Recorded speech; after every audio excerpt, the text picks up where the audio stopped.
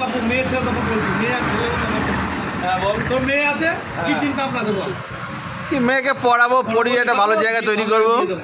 হ্যাঁ আর ব্যাকের টান নেই তো আর হ্যাঁ আগে পড়াশোনা করে নিজের পায়ের উপর দাঁড়াবে। কথা বল আগে মেয়েটা সেখানে মানে দাঁড়া এইবারে ও হ্যাঁ তুই বল না, দাঁড়া দাঁড়া এখানে মেয়েটা ভালো জায়গায় পড়াবি লেখাবি, ভালো জায়গায় বিয়ে দিবি। হ্যাঁ রেখে রেখে বলি হ্যাঁ ঠিক আছে ভালো জায়গায় বিয়ে টিয়ে দিবি তো, দিয়ে দেবে। ভালো জায়গা দিয়ে কি আমাকে একটা 10 লাখ খরচা 10 লাখ normal করতেই হবে করতে হবে, নাহলে তো বিয়ে দেবো কোথায়? এই মার্কেট হিসাবে। এইবার হ্যাঁ বিয়ে যখন দিয়ে দিলি হ্যাঁ আর তোর ব্যাগের টান নেই, আছে কি?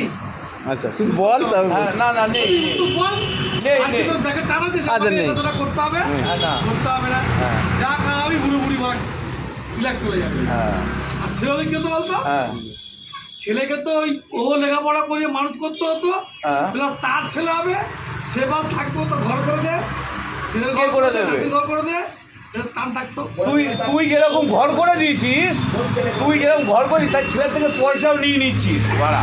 বল এইবারে আচ্ছা তুই বলছিস দাদু করে দেবে সব, তা মেয়ের বাচ্চাটা কি সেটা আমি কি নাতির হবে না? না ও তো ছেলে বুঝবে, এই ছেলে বুঝবে। তাহলে নাতি পাগলের মতো ওরা কথা। মেয়ের বিয়ে দিলে তারপরে ছেলের চেয়ে বেশি খরচা মেয়ের বিয়ে। না না না আমি খরচা নেই, আমি খরচা নেই এই আমি আগের খরচা নেই। দিনকে একটা মেয়ে সোশ্যাল মিডিয়ায় বলছে এখন ছেলে যে বিয়ে করে মেয়েকে নিয়ে আসে, এর পরে হবে যে মেয়েরা ছেলেকে বিয়ে করে নিয়ে আসবে।